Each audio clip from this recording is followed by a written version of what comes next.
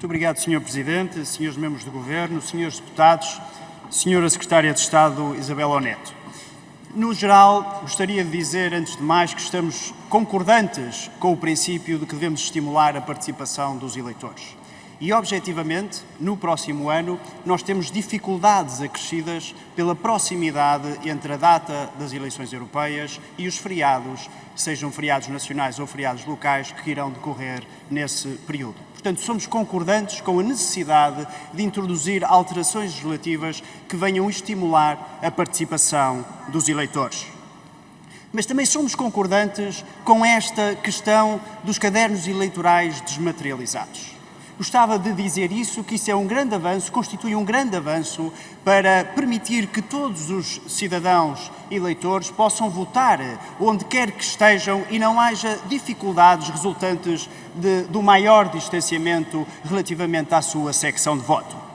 No entanto, nós olhamos também para os pareceres que foram recebidos por este Parlamento, que devem ser eventualmente conhecidos também por parte do Governo, que chamam a atenção para algumas preocupações.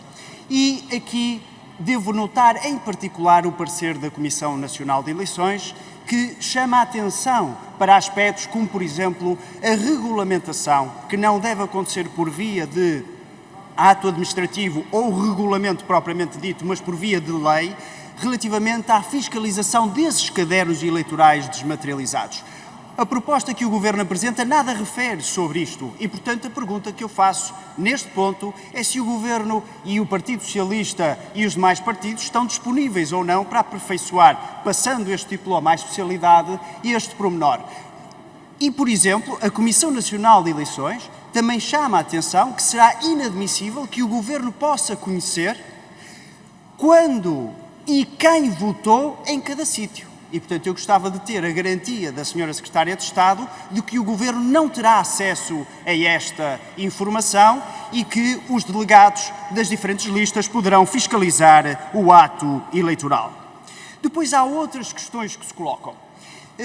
O próprio parecer da Secretaria-Geral do MAI chama a atenção para a quantificação dos custos desta medida.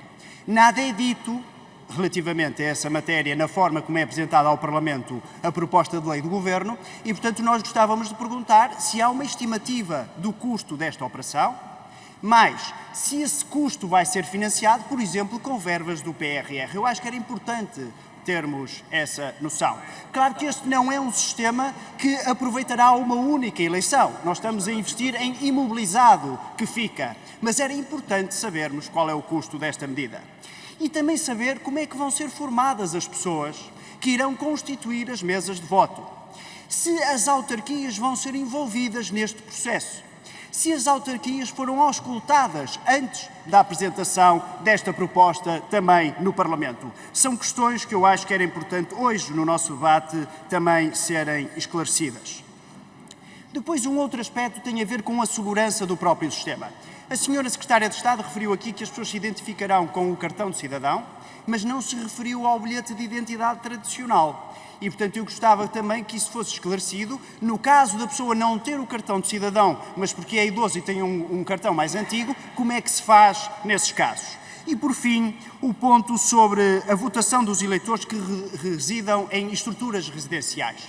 Ora, nós não podemos correr o risco de tornar a lei eleitoral numa lei que vai de pandemia em pandemia, sendo alterada, quando na verdade nós já não temos uma pandemia. Portanto, esta não pode ser, como um senhor deputado uma vez utilizou aqui esta expressão no passado, durante a pandemia, nós não podemos ter uma lei pandémica. E, portanto, nós estamos a introduzir exceções na lei e, portanto, que têm que ser fundamentadas e mais.